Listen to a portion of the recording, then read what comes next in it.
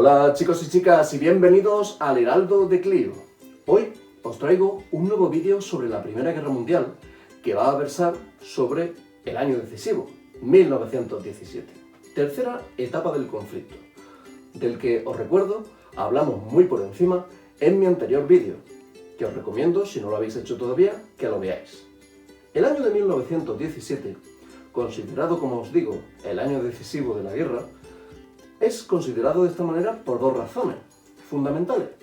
El primero, la entrada de Estados Unidos en el conflicto, y el segundo, la salida de Rusia del mismo.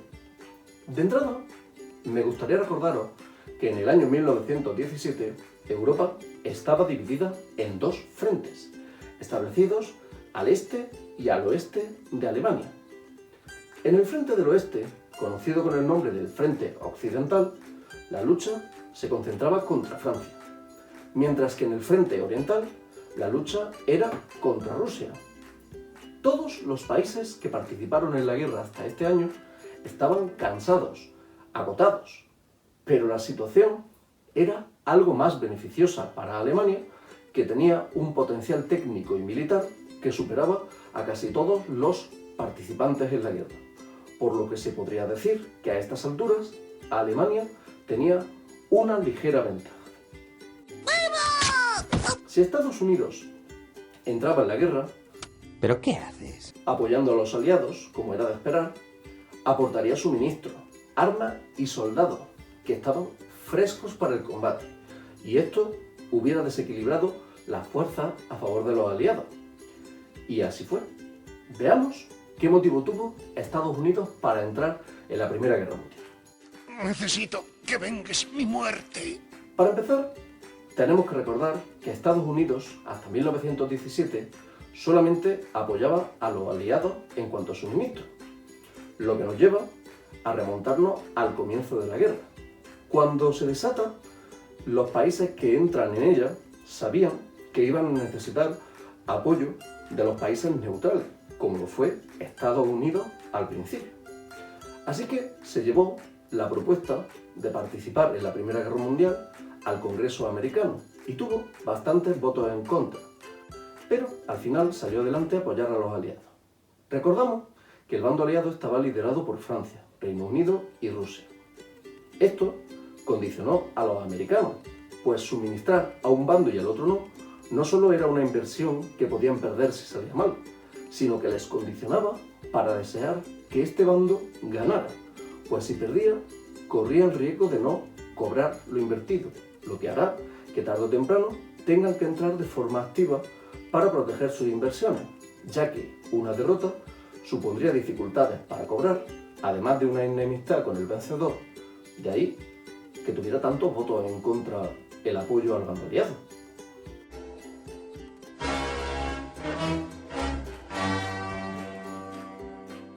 El comienzo de la guerra estuvo dominado por la superioridad de Alemania y el desgaste de sus clientes, los países del bando aliado.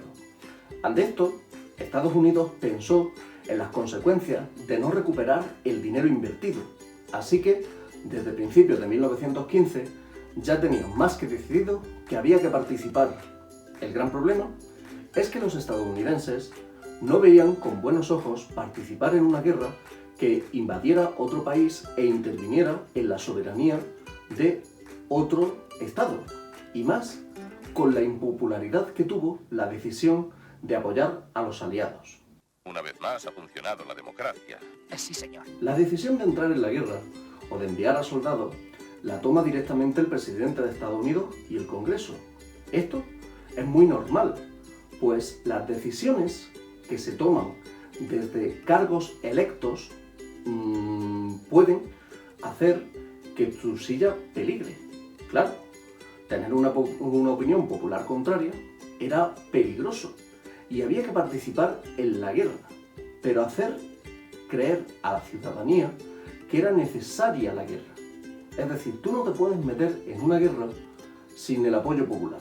Esto hubiese significado perder unas futuras elecciones, por lo que los dirigentes, para poder justificar su participación en la guerra, necesitan un motivo para entrar en la guerra, lo que se conoce con el nombre del casus belli, que quiere decir motivo de guerra en latín.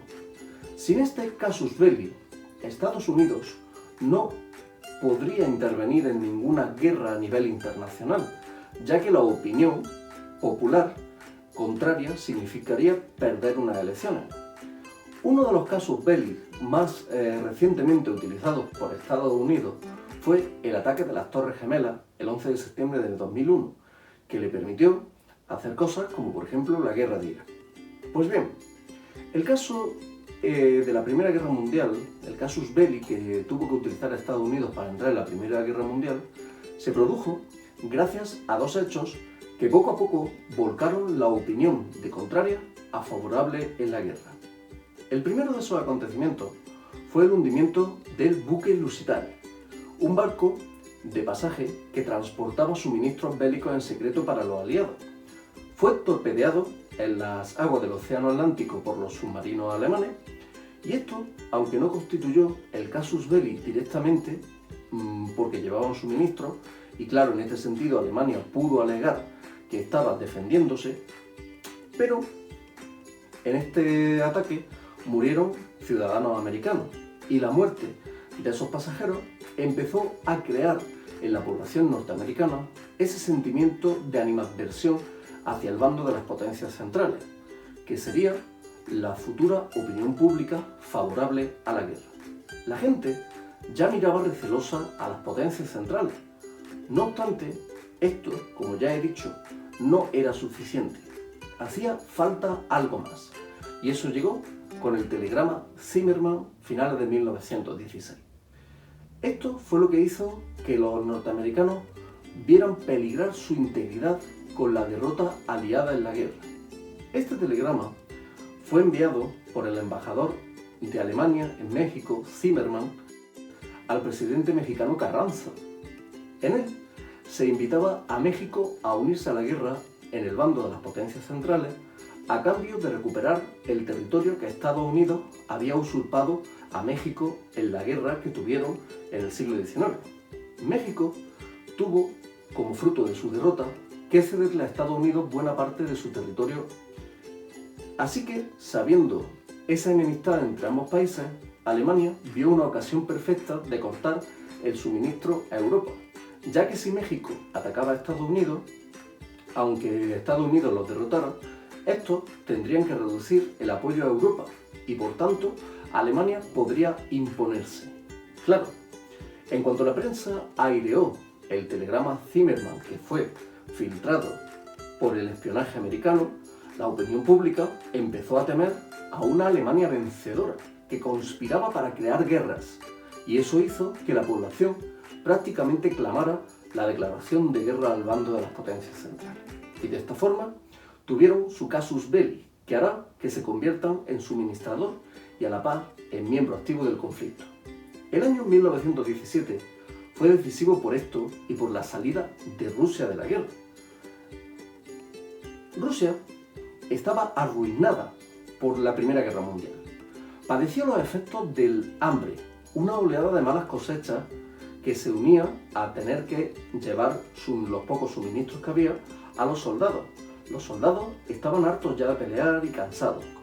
Los inviernos fueron esos años especialmente fríos, y esto favoreció la caída de los zares y el triunfo de la Revolución Popular. Hubo en el año 1917 concretamente dos revoluciones. La primera en febrero. Esta revolución estaba dirigida por los dos grandes bloques sociales, los mencheviques, que son los que se hicieron con el poder, y los bolcheviques, más radicales y partidarios de una salida inmediata de la guerra. No es que los mencheviques no estuvieran de acuerdo con la guerra, pero pensaban que que la salida podría tener consecuencias territoriales serias para Rusia, así que mantuvieron el conflicto hasta que la situación les permitiera salir sin daños. Alemania conspiró a favor de la revolución bolchevique, la que hubo en el mes de noviembre, pues sabía que si esta facción de las clases populares se hacía con el poder, la salida de Rusia de la guerra sería un hecho, y no solo le sería rentable a Alemania en cuanto a los territorios que Rusia cedería a cambio de que se la dejara tranquila fuera del conflicto, sino que Rusia desaparecería del panorama de la guerra. Alemania podría de esta manera desmontar el frente oriental y concentrar todo su potencial en el frente occidental, es decir, trasladar todo su efectivo al frente occidental, y de esta manera vencer a Francia y controlar así los principales enemigos en el continente.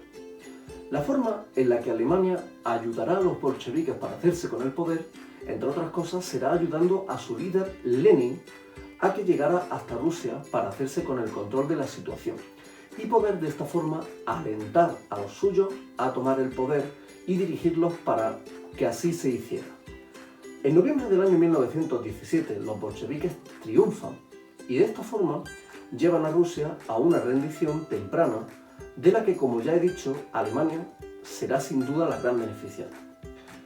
Claro, si os acordáis, la guerra en estos momentos estaba dividida en dos frentes, pues con esta salida, ese potencial fue concentrado en el frente occidental.